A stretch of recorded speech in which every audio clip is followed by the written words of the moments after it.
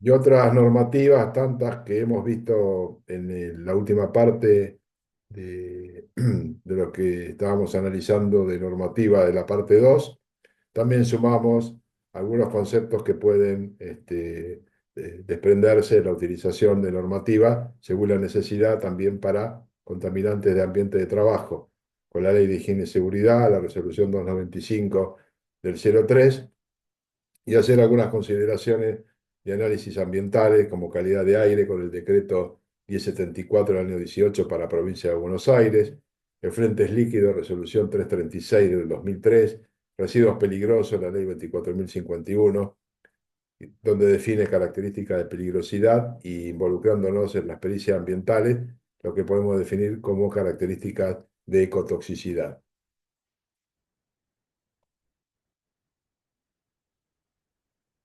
Entonces, para armar el cuestionario pericial, uno se hace un montón de preguntas: ¿dónde?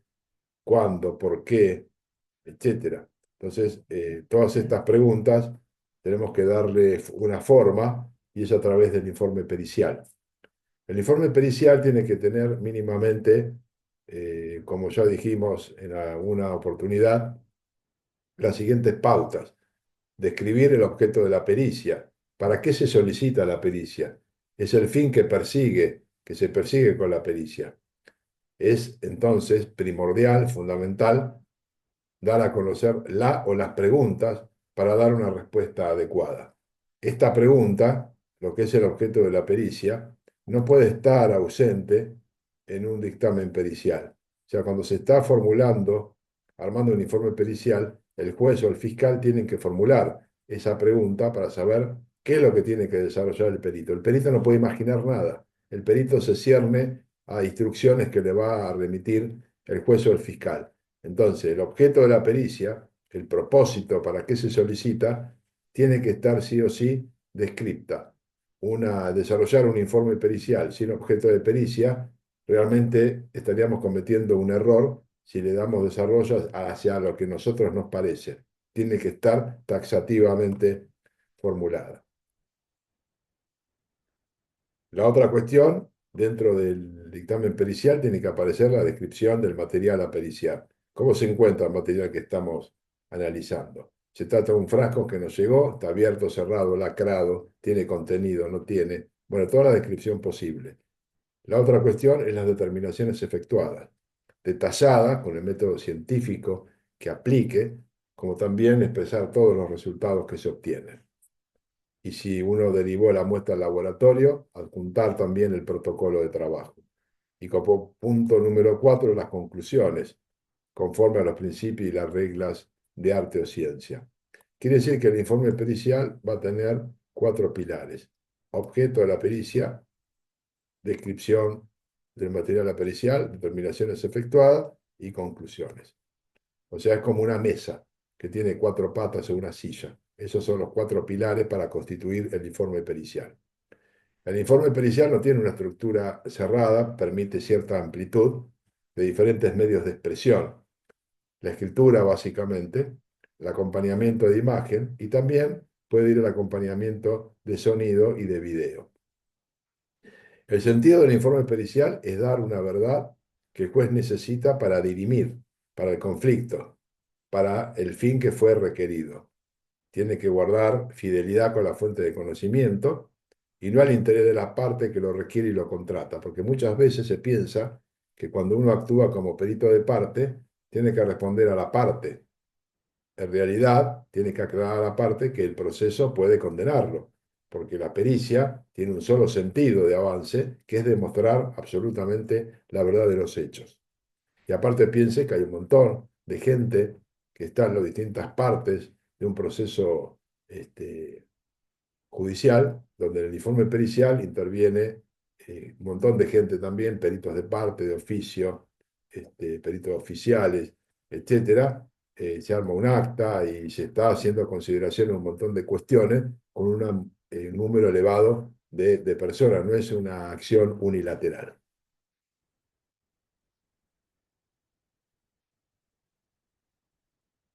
Bueno, entonces, y dentro del informe pericial, como habíamos aclarado recién, también el uso de la fotografía y el video son armas periciales muy interesantes de tomar en cuenta. Hace poco a mí me tocó una pericia como perito de parte y se habían tomado una serie de videos y en los videos se pudo ver que se estaba haciendo una toma de muestra, no en la cámara toma muestras, sino en una cámara de proceso de sedimentación, mal tomada la muestra. Entonces, a pesar de que uno no estuvo ahí, a veces el video ayuda también a tomar reflexiones y sacar consideraciones que pueden ser valiosas a la orden, al momento de analizar una actividad pericial. La otra cuestión es que recuerden que ustedes como perito podrán participar en el desarrollo de la pericia, entregar el informe pericial y muchas veces ser llamados a un juicio oral, donde entonces le van a hacer serie de preguntas tan básicas a veces como diciendo, bueno, a ver, esta es su firma, sí, hay preguntas, ¿no? Y se retira y capaz que tuvo que esperar un par de horas, un par de días para hacer su declaración. Y a veces, en el juicio oral, bueno, puede hacer un montón de preguntas y sostener, y deben sostener su escrito en el informe, que han hecho en el informe, a través de distintas preguntas que puede hacerle el tribunal, puede hacerle el abogado defensor o alguna de las partes. Entonces, recuerden que esto es una actividad que tranquilamente ustedes podrían estar participando en su quehacer como perito ambiental y como perito en general. Vamos a ver el análisis de un caso, antes de proseguir con otros temas, un efluente asimilado a residuo especial. Acá pregunta si los elementos sólidos sedimentables a 10 minutos y DBO resultan ser residuos especiales o residuos peligrosos, conforme a la ley 11720 y a la ley 24051, es decir, residuos especiales de provincia y residuos peligrosos de nación. Segundo, la segunda pregunta. Esto es parte del objeto de la pericia, el cuestionario. ¿Cuál sería el elemento sólido que contiene los efectos a encuadrar dentro de los supuestos enumerados de los anexos 1, 2 y 3 de las citadas normas legislativas según corresponda? Si dichos elementos resultan ser contaminantes y en su caso en qué magnitud y cuál es su impacto ambiental de los mismos. Esto fue una actividad de escritorio, es decir, llegó este cuestionario preguntando entonces estas cuestiones. Entonces, lo primero que tenemos que hacer es analizar el sentido de la definición de cada ítem preguntado. Entonces, los SS10 son sólidos sedimentables a 10 minutos. Se utiliza el cono de Dimov, que es un cono, como ustedes están viendo ahí la fotografía, de vidrio o de plástico, que tiene la capacidad de 1 litro. Entonces, se toma la muestra, de 1 litro se agrega en ese cono, y acá abajo, en los últimos mililitros, tiene una escala graduada. Y se toma el tiempo de que agregan la muestra hasta que pasan los 10 minutos. Y después esperan 2 horas, porque hay dos parámetros que se cotejan, generalmente. Los sólidos sedimentables a 10 minutos y los sólidos sedimentables a 2 horas. La determinación es de interés en particular cuando es proveniencia que proviene de un efluente con vuelco a curso de agua. Y esto puede incidir sobre lo que es el estrés de la vida acuática por alterar la visibilidad de la fauna acuática y la penetración de la radiación solar que afecta a flora y a fauna. En la determinación entonces de este parámetro, como expliqué hace unos momentos, se procede a medir volumétricamente la cantidad de sólidos que se sedimentan en 10 minutos, al tomar una muestra de 1 litro en un recipiente cónico que recibe el nombre de cono de Dimov. Es decir, no hay un análisis cuantitativo de composición del sólido que sedimenta, lo que entonces no permite ubicar a ese parámetro dentro de las categorías de residuos peligrosos o residuos especiales.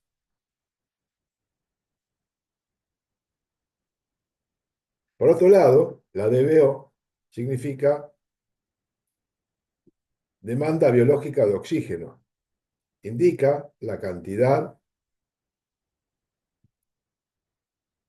de oxígeno que necesitaría el líquido en donde se le determine para degradar a la materia orgánica que posea en condiciones totalmente predeterminadas.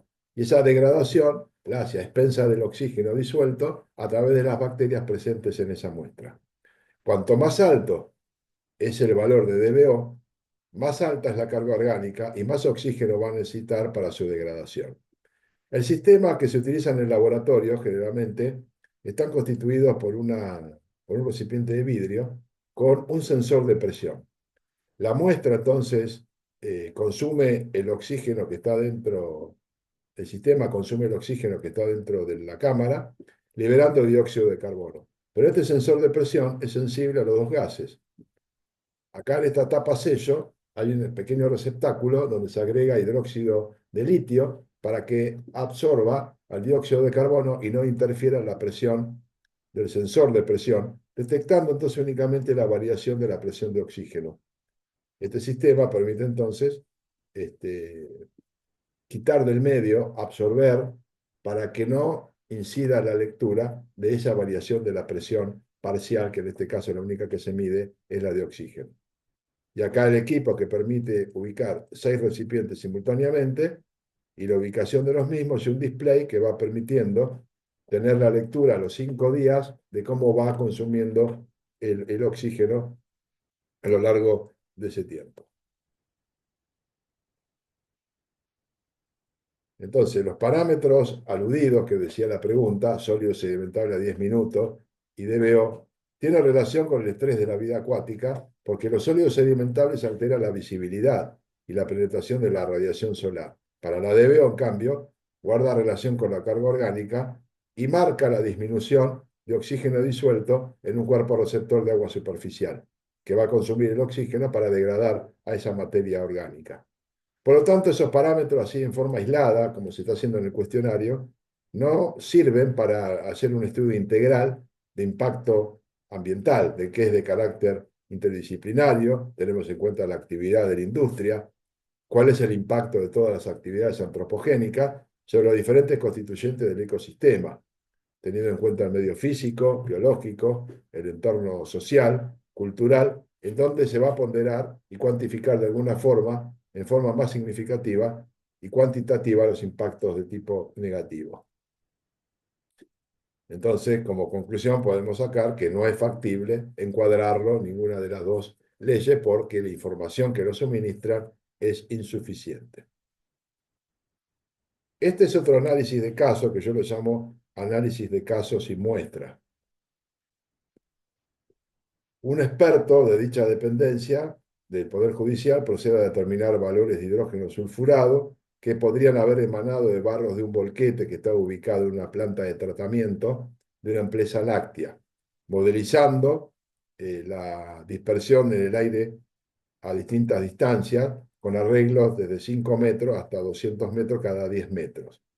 La información debe ser suministrada a nivel del piso, utilizándose para tal determinación los antecedentes que hay sobre el volquete. En definitiva, una industria láctea que arrojaba barros y productos degradados lácteos sobre un volquete y que esto generaba con molestia olor a sulfuro de hidrógeno, olor a huevos podridos a los vecinos. Y como no había datos, había que ir a la empresa y ver qué estaba sucediendo. Esto fue pedido de nota, sin acompañamiento de expediente ni nada por el estilo. Entonces, había que ir a hacer la actividad. Entonces, se fue a la empresa, esta era Sancor en la zona de Morón, se constituyó la comisión pericial para ver que nos permitan el ingreso. Se vio que esa usina láctea se estaba desmantelando y estaba fuera de producción hace cerca de 1 año y medio. O sea, que estaba todo en condiciones de que no se podía registrar absolutamente nada. Se encontró igualmente la posibilidad de hacer una medición con una bomba Sensirin, que creo que después tengo alguna fotografía, y con un tubo cromático para sulfuro de hidrógeno, para hacer una lectura directa e instantánea, registrando valores negativos como era de suponer para ese momento. Entonces se utilizó este tubo, el 120 SD, de sulfuro de hidrógeno, de Sensirin, de Gastec, perdón, donde se hace pasar el aire a través de una bomba de muestreo, que es como un inflador, que ahora en la próxima diapositiva les muestro, el aire pasa a través del tubo que se rompe en los extremos y un cambio de color en el frente nos indica la concentración en partes por millón o en porcentajes según el tipo de tubo. Acá tenemos la bomba, que es como un inflador, el aire pasa a través del extremo del tubo y esto tiene una sección que permite combinarse químicamente, generalmente para el sulfuro de hidrógeno es acetato de plomo, y cambia a color negro el frente de color. Entonces el frente de color nos va a producir en una escala graduada cuál es la concentración del contaminante en ese medio. Otra consideración de importancia respecto de esto es que nos encomendaba entonces aplicar un modelo de dispersión eh, y ver entonces qué información había también en ese momento en la Secretaría de Política Ambiental, hoy día Ministerio de Ambiente. Había que tomar distintos puntos y afortunadamente se pidió el expediente y en el expediente se encontró una medición hecha por un empleado, un inspector municipal, en el momento en que los vecinos se quejaban. Entonces, con ese dato y recogiendo de ese día de medición los vientos predominantes y utilizando los mejores modelos de dispersión ambiental, en este caso utilizamos el Screen 3, nos permitió, obteniendo los valores de dirección de viento y frecuencias, construir la problemática.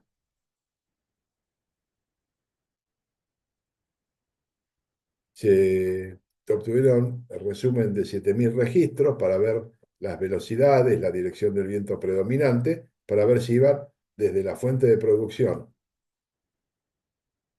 del volquete hacia la zona de los vecinos según el viento predominante.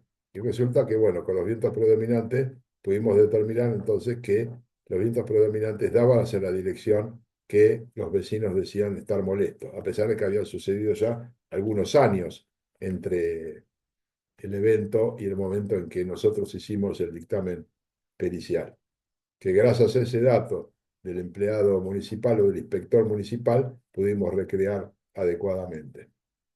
Entonces, queríamos obtener la utilización de un modelo que se llama el STERS Multisource, pero que no pudimos implementar ese modelo porque no tuvimos la posibilidad de poder hacerlo con las computadoras que teníamos y empleamos y decidimos emplear el modelo de dispersión ambiental Screen 3, que se puede bajar gratuitamente de la EPA.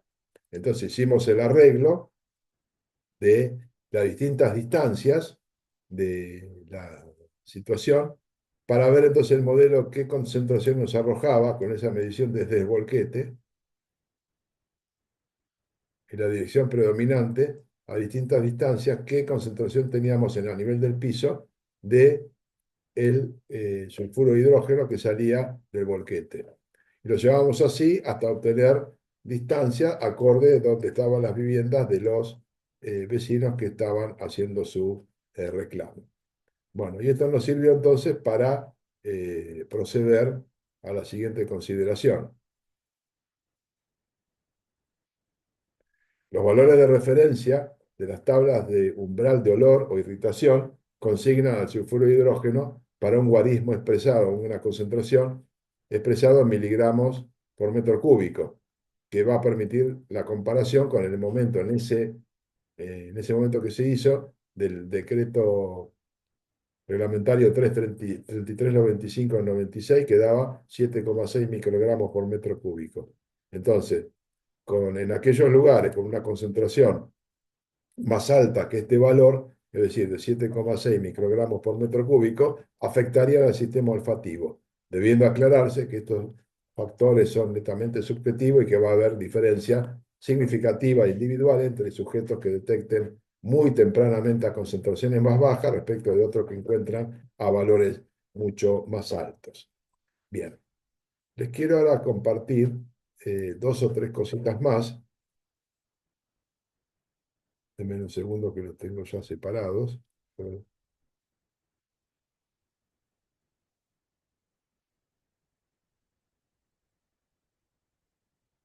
Tuve que dejar abierto ya para que Bueno, acá este es un dictamen pericial hecho en su momento, entonces es un caso real. Eh, Se dio la actividad pericial en inicio de los laboratorios, las muestras fueron tomadas por personal policial, por eso acá se los marqué en rojo. Esto, por supuesto, no estaba marcado en el informe y se pide hacer una serie de análisis físico-químicos sobre muestras remitidas oportunamente. Dos frascos de color caramelo de 1 litro, encintados, que tienen un líquido sin cámara de aire, con olor a material biológico en descomposición, con un nombre de una fábrica que dice llamarse Plenario. Otros dos frascos de plástico de medio litro que se obtienen de una estación de servicio Gulf. Dos frascos de plástico obtenidos de la cámara cloacal de inspección de la firma Rojor. O sea, había tres empresas distintas aludidas. Entonces, las determinaciones que se hicieron fueron sobre el frasco de color caramelo, determinar sólidos sedimentables a 10 minutos, a 2 horas y sulfatos y pH. Entonces obtuvimos pH 5, sólido sedimentable 10 minutos, 14 mililitros por litro, a 2 horas 15 casi no había diferencia, y sulfato 80. Entonces, por las características, el líquido era ácido y la gran cantidad de grupo sulfato haría presentar o considerar la presencia de ácido sulfúrico. Sobre la muestra número 2 no se determinan sulfato, el pH es neutro y se han detectado en cambio hidrocarburos por espectrometría de masa. Y sobre la muestra número 3 no fue posible determinar la concentración de ácido sulfúrico, que era uno de los parámetros que que se solicitaban. Tampoco fue factible, dado que el laboratorio en su momento no tenía la determinación de sulfídrico, ni de BO ni de QO, que eran algunos parámetros que se solicitaban. Pero no obstante esto, en la muestra de la fábrica Plenario, que es la primera, entonces con esos líquidos y con resolución de AGOSBA 336, podemos decir que comparando con los límites admisibles, el pH estaba superado, porque se permite pH entre 7 y 6, y entre 6,5 y 10 depende el lugar de vuelco. Y los sólidos sedimentables, a 10 minutos y 2 horas, también sobrepasados, porque a 10 minutos tiene que estar ausente, y para 2 horas menor o igual que 5 mililitros por litro según el parámetro de descarga. Para la estación de servicio Golf, la presencia de hidrocarburos, y en la muestra Rojor no fue posible realizar la determinación de sulfúrico por el tipo de muestra que habían remitido. Entonces acá nos estamos dando cuenta también que esto está relacionado con lo que nosotros habíamos visto, la constitución del examen pericial. Entonces tenemos el objeto de la pericia, análisis físico-químico, descripción de los efectos remitidos,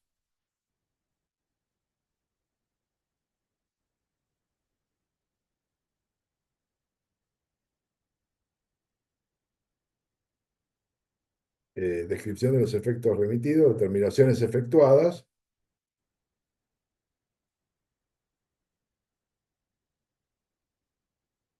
y por último, las conclusiones, que es generalmente lo que va a leer el juez. Bien, este era un informe pericial que quería mostrarles. Dejo de compartir un segundo para pasar al caso, a otro caso que tengo acá, la 118, un segundito, que es el caso.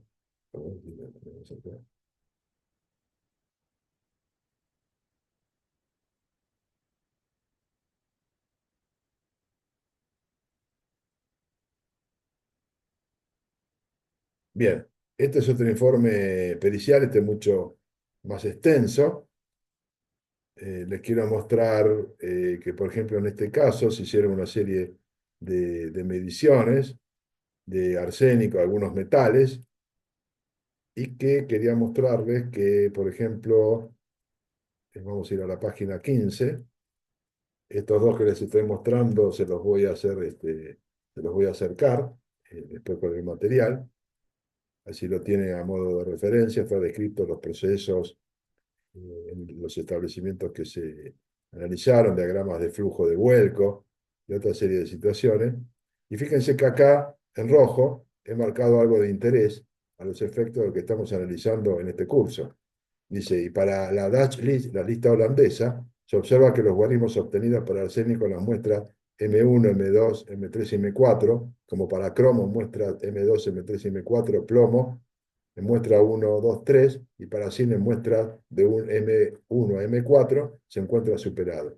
Entonces, fíjense, por ser una, la aplicación de una normativa de tipo, perdón, un informe pericial de tipo Provincia de Buenos Aires, estamos haciendo utilización de guarismos y comparándolos con la lista holandesa. Y no fue refutado en absoluto. O sea, ustedes lo pueden hacer sin ningún tipo de problema.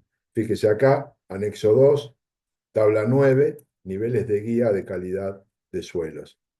Decreto 831 de la ley 24051, tabla 2, valor guía de referencia para aguas para vida de protección acuática, agua dulce superficial, pues también se habían tomado muestras de esa naturaleza. O sea que tenemos un campo de acción bastante importante en relación a el conocimiento de la ley. Entonces, no solo las cuestiones técnicas descritas en el caso, acabo de hacer todo un derrotero para ver las distintas situaciones de la empresa, la situación actual y, por supuesto, de las conclusiones, y ahí volcamos al final la lista holandesa. Se puede volcar sin ningún tipo de problema la resolución que uno está utilizando. Yo generalmente las acompaño como un anexo documental para que se vea de dónde saqué la normativa. Los informes pueden ser cortos, o intermedios o extremadamente largos en longitud en cuanto a